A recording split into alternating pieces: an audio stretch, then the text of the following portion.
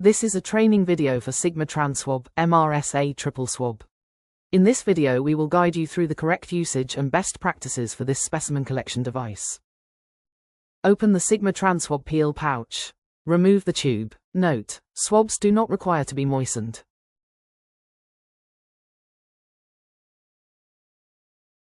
Use red swab to swab along right groin, rubbing from front to back 2 to 3 times.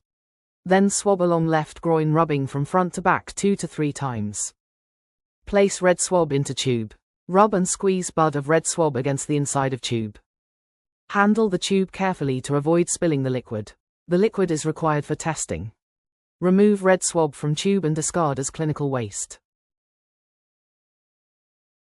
Use second red swab to swipe back and forth 5 times over the left armpit skin surface and then the right, targeting the crease in the skin where the arm meets the body. Place red swab into tube. Rub and squeeze bud of red swab against the inside of tube.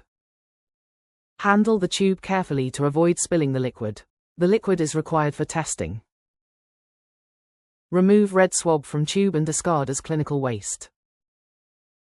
Bring white swab to tip of nose, avoiding contact with external skin.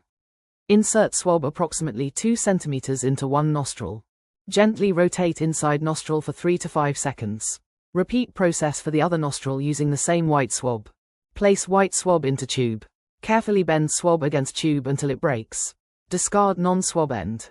Handle the tube carefully to avoid spilling the liquid. The liquid is required for testing. Tube now contains only the white swab. Firmly screw cap back onto tube.